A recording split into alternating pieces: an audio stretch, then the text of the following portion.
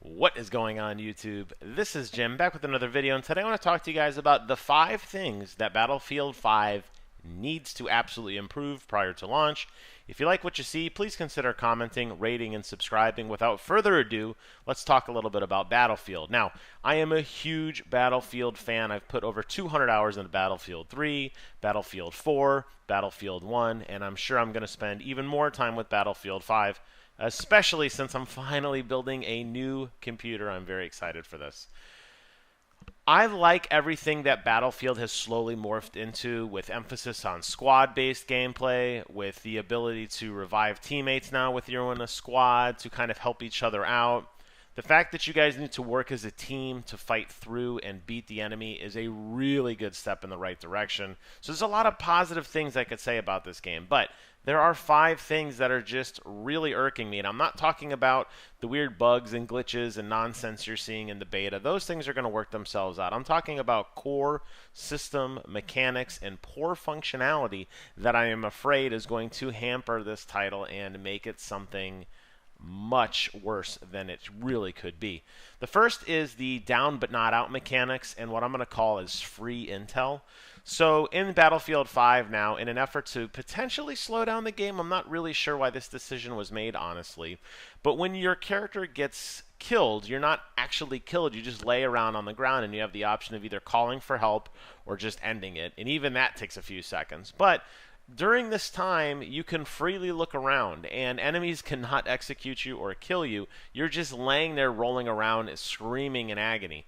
The reason why this is so bad is many times I have, with my friends, run in Rambo style, knowing full well I was going to die, so I could lay and look around and call out to my friends where all the enemies were hiding. It's a really bad decision. DBNO is a great mechanic, something that I think we first saw in the Gears of War series, but you should be able to finish off an enemy quickly, not let them lay around and roll. Now, I know that Battlefield had talked about putting in some mechanics in the game that allowed you to drag your friends out of friendly fire to revive them. That's fine. I don't know if this is some artifact of that or not, but the fact remains is you should be able to absolutely mulch an enemy who is laying on the ground.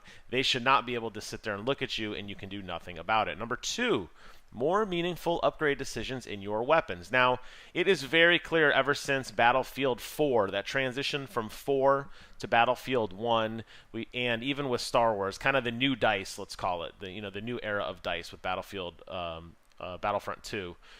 DICE has really dumbed down the game.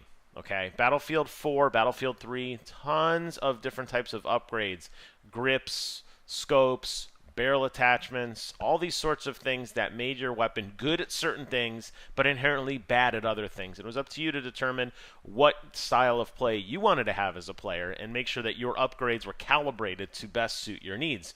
And that's great. Unfortunately, as I said, they've dumbed that down, and that is just the way the world is now. I can't do anything about that. But the upgrade decisions that are available to us are extremely meaningless. You basically, with every gun, there's a skill tree, so to speak, that you go down on one side or the other. But they're abilities that aren't really anything that stands out, in terms of, like, what would you expect to see? Well, of course you're going to want to see stuff that's like run and gun type abilities, right? You're going to want to have stuff that allows you to aim faster. You're going to want to have stuff that allows you to reduce vertical recoil or horizontal recoil. And those are the only upgrades you have. There's no trade-offs. There's no like, hey, you're going to be able to aim down sight faster, but as a result, your hip fire accuracy is going to be decreased. There's nothing like that.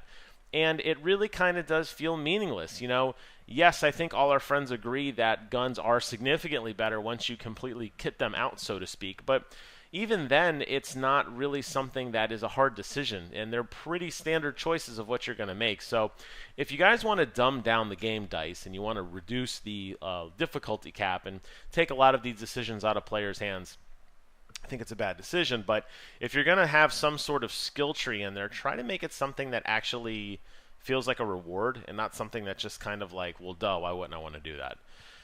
The third one is the big one that has really been bothering me, and I'm going to call this the falling/rolling animation, specifically with what I'm going to address as aiming lag. So you will play the game in first player all the time. When you jump off of a cliff, sometimes your character will appear to roll when they hit the ground. Now, this is not clear to you. They have not rotated the camera 360 degrees because they don't want players to get nauseous, but it happens all the time. Not players getting nauseous, the roll part. So if you look around on a terrain, you'll see your allies jumping off and rolling. Okay, that's fine, whatever.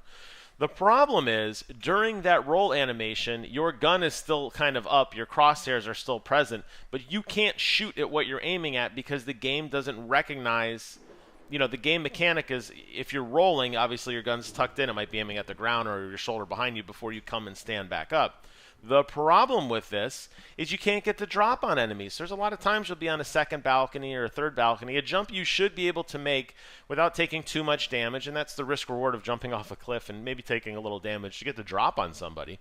And you start shooting only to see your character slowly doing this and bringing their gun up, and by then you're dead. And it's like, wait a minute, my crosshairs were way up here, and my gun is way down here. This aiming lag is something that needs to be addressed.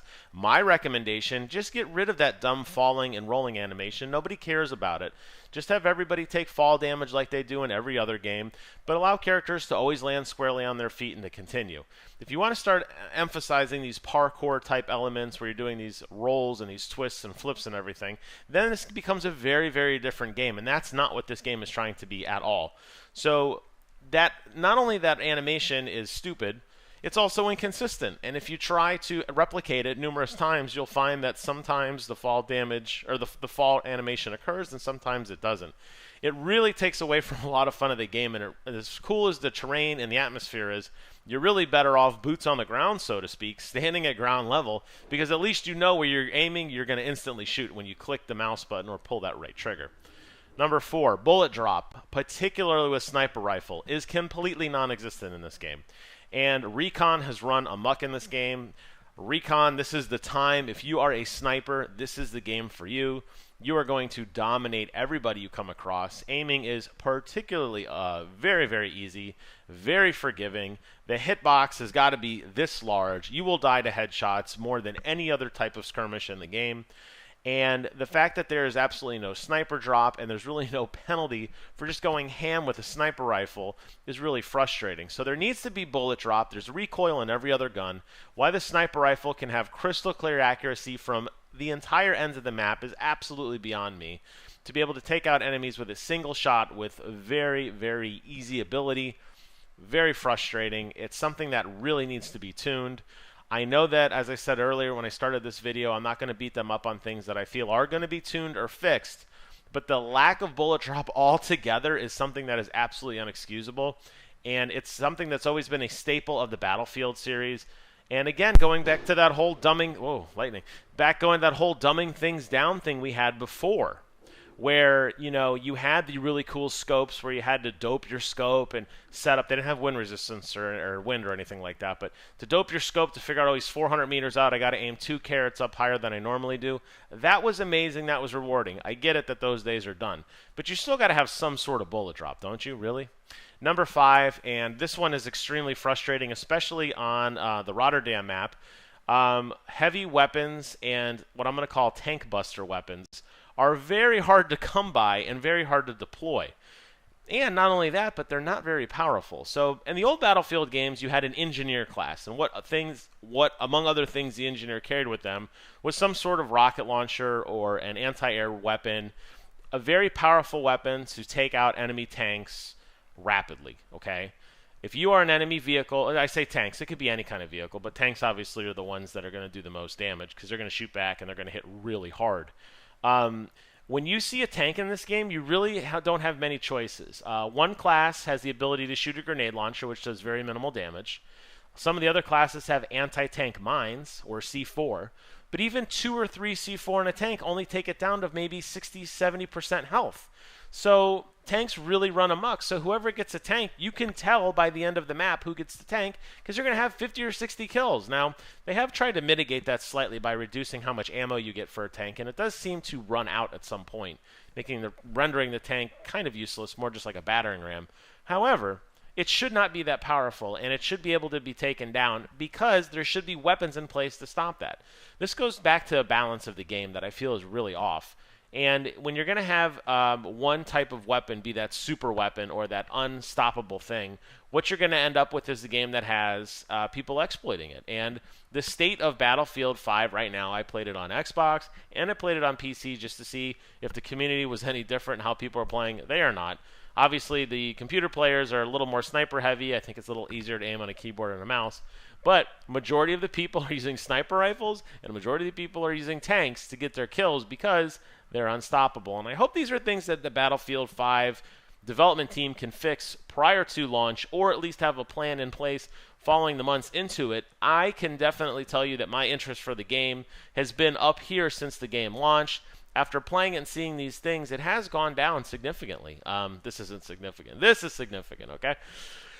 And it's because these systems are going to be very exploitative in nature, and it's because that there's just an overall lacking of thought in some of these mechanics. And you're going to take away a lot of the customizations and cool things that we had in place. I get it.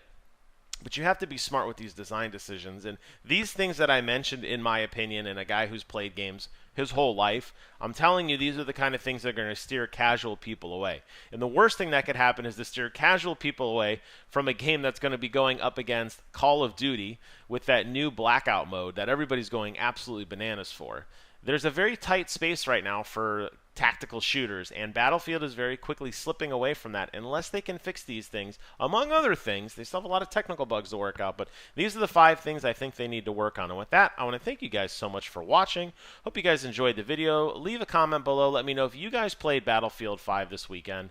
Let me know what you guys think. Am I off the mark? Am I on the mark? What do you think? And as always, I want to thank you guys so much. And until next time, I will see you guys on the other side.